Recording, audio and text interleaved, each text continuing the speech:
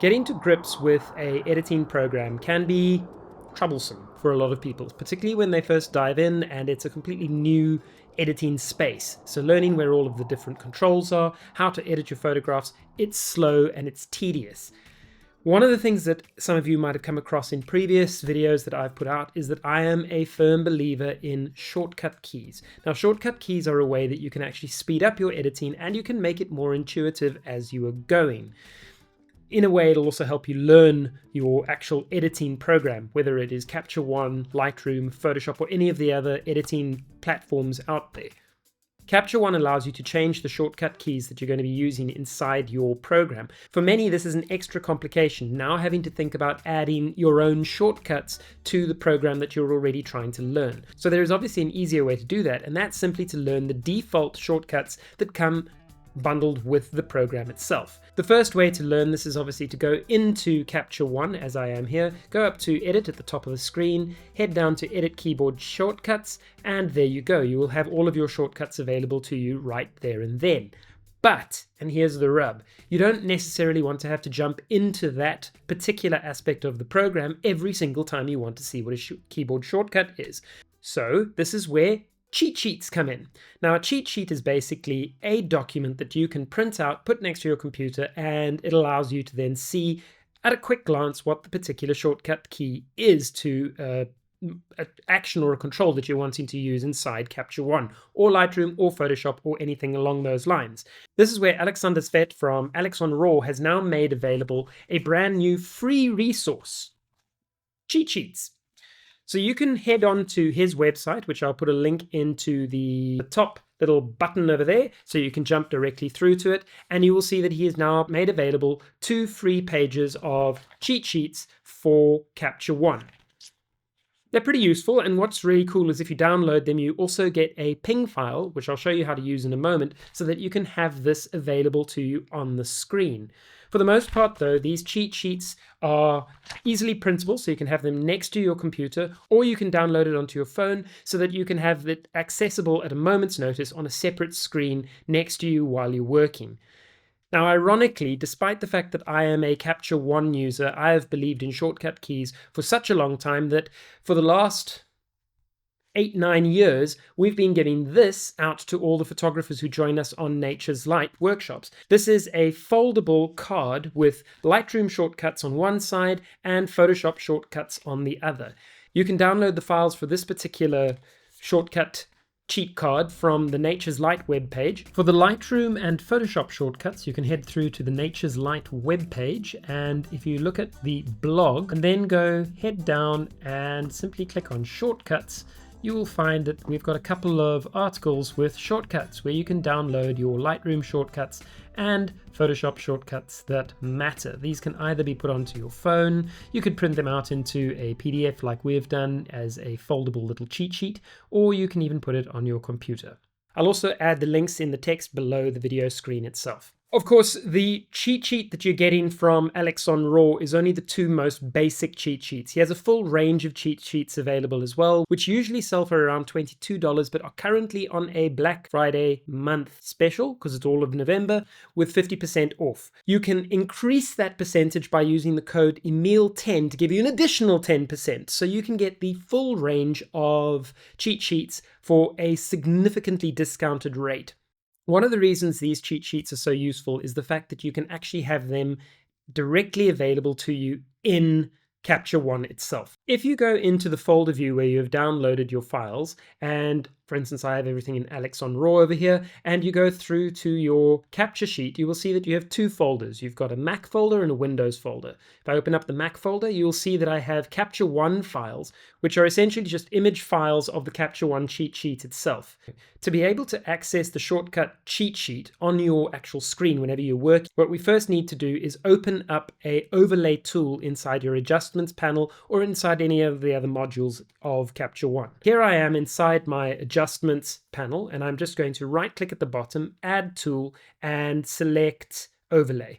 This now gives me an option to create an overlay image on the image that I'm working on. In this case, rather than having an overlaid image, we're going to take that shortcut key cheat sheet and put that on top of the image itself. So I have a very quick visual view of the cheat sheets themselves. To select that, all we would do is go into File. I already have them downloaded, but if they're not, you would go to Choose File, choose whatever photograph you are going to be using, and you will see how it comes up as a cheat sheet or as a overlaid file on your image itself. We can then change the opacity if we want to and shift it about if we need to by clicking on the hand and moving it about. If I'm only concerned with layers, I can shift it across to the right hand side. That's great, except the whole point of shortcut keys is that we don't want to be constantly using our menus on the one side of the image. So to be able to get this so that this is also a shortcut, we're going to create a new shortcut. To create that shortcut, we're going to head up to Edit, Edit Keyboard Shortcuts, and then I'm going to create a new one by first searching for the command overlay. And you can see I've already created this shortcut, Shift, Command, and O. What this will do is it'll switch on the overlay and switch it off rapidly. I just go Shift, Command, and O, and my shortcuts will disappear or appear as I would like to see them. And then I can quickly look through and be able to identify where the shortcut is. Do I use this myself? To be absolutely honest, no, but that's because I already know the shortcuts. If you don't know the shortcuts yet, this is a fantastic way to be able to quickly see where your shortcuts are and work out what you need to do, because editing with shortcuts means that I don't need to use the menu on the left-hand side. So for instance, using this image at the moment, if I want to first open up my shadows, I would hit S and pull to the right-hand side, which basically means that I'm using my speed editing keys. In the same way, I have set my speed editing keys so that Z is going to be my clarity, P is going to be a vignette, and W is going to be my contrast. I can still open up my shadows a little bit more around this gentleman's face, and there you go. So using the shortcut keys is a very, very fast and simple way to be able to edit your photographs. If I want to see before and after, again, I don't need to go up and find my tab. I just hit Y and you'll see your before and after. So shortcut keys are an essential way to be able to speed up your editing workflow and just make it more pleasant working behind the computer. Because ultimately, at the end of the day, you're a photographer, which means you want to spend more time behind a camera and less time behind the actual screen itself, if you ask me.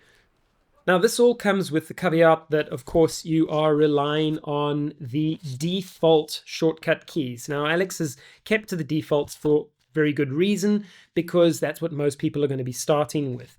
If, on the other hand, you use your own shortcut keys, what you would usually do is work out in advance what are the most used controls that you are likely to be working with as you enter into Capture One. Put those down on a piece of paper and then go through to your Edit Keyboard Shortcuts, create a new set potentially. So you will see that I have a new set here called Ease Shortcuts, which are the shortcuts that I've produced for my usage.